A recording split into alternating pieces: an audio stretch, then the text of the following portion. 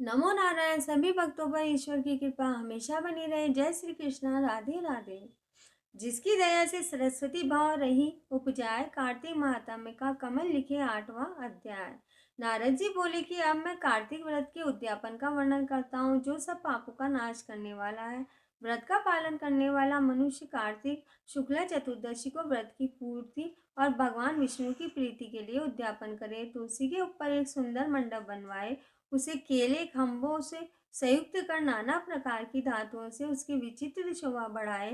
मंडप के चारों ओर दीपकों और श्रेणी सुंदर ढंग से सजा कर रखे। उस मंडप के सुंदर वंदनवारों से सुशोभित कर 4 दरवाजे बनाए और उन्हें फूलों से तथा चंवर से सुसज्जित करें। द्वारों पर पृथक पृथक मिट्टी के द्वारपाल बनाकर उनकी पूजा करें। उनके नाम इस प्रकार रखे: जय, विजय, चंड, प्रचंड, नंद, सुनंद, कुमुद और कुमुदाक्ष। उन्हें चारों दरवाजों पर दो दो क्रम में स्थापित कर भक्ति पूर्वक पूजन करें। तुलसी के जड़ के समीप चारों ओर रंगों से सुशोभित सपत्रोबंद मंडल बनवाए और उनके ऊपर पूर्ण पत्र तथा पंचरत्न से संयुक्त कलश की स्थापना करें। कलश के ऊपर शंख चक्र गदाधारी भगवान विष्णु का पूजन करें। भक्ति पूर्वक उस स्थिति में उपवास करें तथा रात्रि में गीत वाद कीर्तन और मंगलमय आयोजनों के साथ जागरण करें। जो भगवान विष्णु के लिए जागरण करते समय भक्ति पूर्वक भगवत संबंधी पदों का गान करते हुए सैकड़ों जन्मों के पाप राशि से मुक्त हो जाते हैं।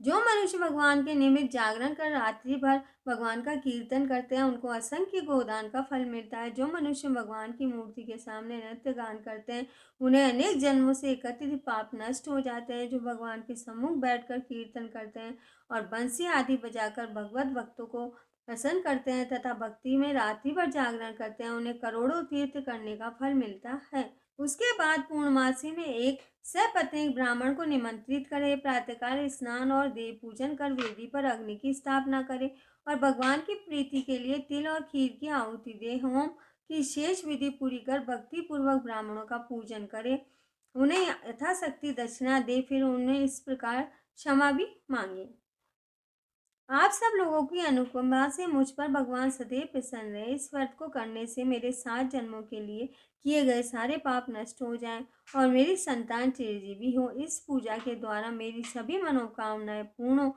और मेरी मृत्यु के पश्चात आप मुझे अतिशय दुर्लभ विष्णु लोक की प्राप्ति हो सके। पूजा की समस्त वस्तुओं के साथ गाय और गुरु को भी सब कुछ दान में दें। उसके पश्चात घरवालों और मित्रों के साथ स्वयं भोजन करें। भगवान द्वादशी तिथि के शयन से उठे, त्रयोदशी को देवताओं से मिले और चतुर्दशी को सबकी से उनका दर्शन कर पूजन किया जाए। इसीलिए इस तिथि में भगवान की पूजा करनी चाहिए। गुरु की आज्ञा से भगवान विष्णु को स्वर्णमयी प्रतिमा का पूजन करें। इस पूर्णिमा को पुष्कर तीर्थ यात्रा श्रेष्ठ मानी गई है। कार्तिक माह में इस विधि का पालन करना चाहिए और जो इस प्रकार कार्तिक के व्रत का पालन करते हुए धन्य और पूजनीय है, उन्हें उत्तम फल प्राप्ति होती है। जो मनुष्य भगवान विष्णु की भक्ति और तत्पर हो कार्तिक में व्रत का पालन करते हैं, उनके शरीर में स्थित सभी पाप नष्ट हो जाते हैं। जो श्रद्धापूर्वक कार्तिक के उद्यापन का महात्म्य सुनता है, सुनाता है, वह भगवान विष्णु का सायुज्य प्राप्त करता है।